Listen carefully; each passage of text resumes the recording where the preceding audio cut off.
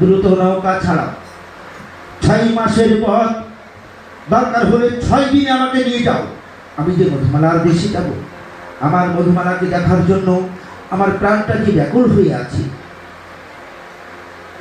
রাজকুমার, আকাশে মেঘ উঠেছে। রাজকুমার, যদি আপনি অনুমতি দেন তাহলে নৌকা পারে ভিড়াই।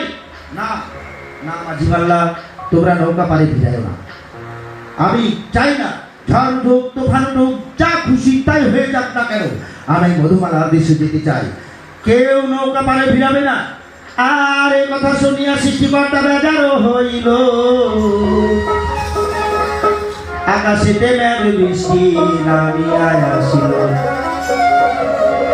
তুফান বহে দেখো নদীর বুকে, সাথী নৌকা ভেঙে চুরে জলের পরে ভাসে।